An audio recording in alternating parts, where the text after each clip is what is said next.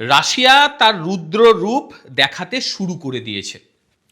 আর রাশিয়ার এই রূপ দেখে ইউক্রেনের গলা তো শুকিয়েছে, একই সঙ্গে নেটো এবং ইউরোপীয় ইউনিয়নের দেশগুলো তারা ঢোক গিলছে যে এটা কি হলো। এতদিন ইউক্রেন এবং নেটো এরা আমেরিকার শক্তিতে বলীয়ান ছিল। রাশিয়া সে তার পারমাণবিক অস্ত্রধারী যে ক্ষেপণাস্ত্র, সেই ক্ষেপণাস্ত্র অ্যাটাক চালিয়েছে ইউক্রেনের মধ্যে। তাতে পারমাণবিক বিস্ফোরক ছিল না, এমনটাই জানতে পারা যাচ্ছে। যে জায়গায় হামলাটা চালিয়েছে সেটা হচ্ছে পোল্যান্ডের সীমানায়। আর পোল্যান্ডের সীমানা মানেই হচ্ছে নেটোর সীমানা। অর্থাৎ রাশিয়া বুঝিয়ে দিল যে তোমরা কিন্তু একেবারেই নিরাপদ নও, আমি যখন ইচ্ছে করব তোমাদের অ্যাটাক করব, তোমাদের বাবা আমেরিকা তোমাদের কিচ্ছু করতে পারবে না। কারণ আমরা জানি যে ইউক্রেনের এই মুহূর্তে হর্তা কর্তা বিধাতা হলো ডোনাল্ড ট্রাম্প। জেলেনস্কি কোনো কিছু করতে গেলে সবার আগে ডোনাল্ড ট্রাম্পের কাছে গিয়ে বলে আমি এটা করব, তারপর যদি ডোনাল্ড ট্রাম্প তাকে বলে যে হ্যাঁ কর, তখন সে করে। এই আক্রমণটা করে রাশিয়া বুঝিয়ে দিল যে তোদের আর সামলানোর মতন সময় আমি দেব না।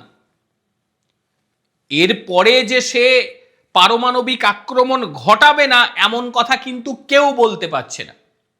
একটা লক্ষ্যবস্তুতে আক্রমণ করা হয়েছিল শক্তিশালী হাইপারসোনিক ক্ষেপণাস্ত্র দিয়ে, এবং যার ফলে শহরে বিদ্যুৎ সংযোগ একেবারে শেষ হয়ে যায়, এবং তারই সঙ্গে কাতারি দূতাবাস সেটা নাকি ক্ষতিগ্রস্ত হয়েছে। যদিও কাতারের তরফ থেকে এই বিষয় নিয়ে কিচ্ছু জানানো হয়নি। ইউক্রেন যেটা জানিয়েছে যে রাশিয়া মোট 242টি ড্রোন এবং তার সঙ্গে ক্ষেপণাস্ত্র হামলা চালিয়েছে 36টি। এবং এই হামলাটা পশ্চিম অঞ্চলীয় লিভিভ অঞ্চলে এটি করা হয়। কিয়েভ তার আশেপাশের যে অবকাঠামো ছিল সেই অবকাঠামো নাকি একদম ভেঙে গিয়েছে। মধ্যরাতে এই হামলা চালানো হয়। ইউক্রেনীয় যে সামরিক বাহিনী তারা জানাচ্ছে ক্ষেপণাস্ত্রটি ঘন্টায় 13,000 কিলোমিটার বেগে এসে আঘাত করেছিল। ভাবতে পারছেন, 13,000 কিলোমিটার। যে ক্ষেপণাস্ত্রটির কথা বলছে এই ক্ষেপণাস্ত্রটি লাস্ট ব্যবহার হয়েছিল 2024 সালের নভেম্বরে ইউক্রেনের ওপর। তারপর থেকে এটার ব্যবহার করেনি, কারণ বিশ্বের সমস্ত দেশ বলেছিল পুতিনকে যে আপনি কিন্তু দয়া করে পারমাণবিক অস্ত্র এদের উপর প্রয়োগ করবেন না। তারপর মোটের উপর পুতিন আর এটা করেনি, যে না ঠিক আছে ভাই আমি এটা করব না। কিন্তু এই পারমাণবিক অস্ত্র বহনকারী এই যে ক্ষেপণাস্ত্র, এই ক্ষেপণাস্ত্র ছোঁড়ার মধ্যে দিয়ে পুতিন বুঝিয়ে দিল আমি এবার পারমাণবিক অ্যাটাকও করতে পারি। কিয়েভের বক্তব্য যে এই হামলার ফলে প্রায় 20 জনেরও বেশি মানুষ আহত হয়েছে, নিহতর সংখ্যা প্রায় 4 জন। এবং এই হামলার সঙ্গে সঙ্গে প্রায় 5 লক্ষেরও বেশি বাড়িতে নাকি বিদ্যুৎ সংযোগ বিচ্ছিন্ন হয়ে গিয়েছে। বিদ্যুৎ সংযোগই নেই, ভেবে দেখুন, এত লোক তাদের বাড়িতে কোনো বিদ্যুৎ নেই। এবং তীব্র তুষারপাত হচ্ছে সেখানে, -10 ডিগ্রি সেলসিয়াসে নেমে গিয়েছে। এই তাপমাত্রার মধ্যে বাড়ি ঘর সবকিছু শেষ। ইউক্রেনীয়রা তারা ওই কম্বল টম্বল নিয়ে কোনোভাবে মাটির তলায় আশ্রয় নিয়ে বেঁচেছে। এমন একটা পরিস্থিতি সেখানে তৈরি হয়ে গিয়েছে। জেলেনস্কি সে পড়ে গিয়েছে চাপে। এর আগের দিন আপনারা দেখেছিলেন যে ভেনিজুয়েলায় ডোনাল্ড ট্রাম্প কিভাবে আক্রমণ শানিয়েছিল। তারপরে জেলেনস্কি বলেছিল যে এই আক্রমণটা অন্যজনের ওপরও হতে পারে, মানে সে ইঙ্গিত দিয়েছিল পুতিনকে। কিন্তু আজকে যখন তার উপর এই ক্ষেপণাস্ত্র প্রয়োগ হলো, সে তখন ভয়ে সন্ত্রস্ত হয়ে চলে গেল ট্রাম্পের কাছে। ট্রাম্পকে এবার বলতে শুরু করলো আমাদেরকে বাঁচান, ইউরোপীয় ইউনিয়নকে বলতে শুরু করলো আমাদেরকে বাঁচান। আর ন্যাটো তার তো গলা শুকিয়ে গেছে, কি করবে সে ভেবে উঠতে পারছে না। এখানে একটা বিষয় পুতিন খুব ভালো করে দিল, যেভাবে ন্যাটোর সীমান্তে গিয়ে বিস্ফোরণটা ঘটালো, এতে বুঝিয়ে দিল ন্যাটোকে যে তোমরা যার বলে বলিয়ান তাকে আমি পাত্তা দিই না, তোমাদের চোখের সামনে আমি বিস্ফোরণ ঘটাচ্ছি, তোমরা কিচ্ছু করতে পারবে না। এবার ন্যাটোভুক্ত দেশ বা ইউরোপীয় ইউনিয়নের যে দেশগুলি রয়েছে তারা ঠিক কার শরণাপন্ন হবে? এই পরিস্থিতিতে আমেরিকাকে তারা বিশ্বাস করছে না, কারণ আমেরিকাই বলছে যে ন্যাটোভুক্ত দেশকে দখল করে নেব। এই পরিস্থিতিতে যাবে কোথায়?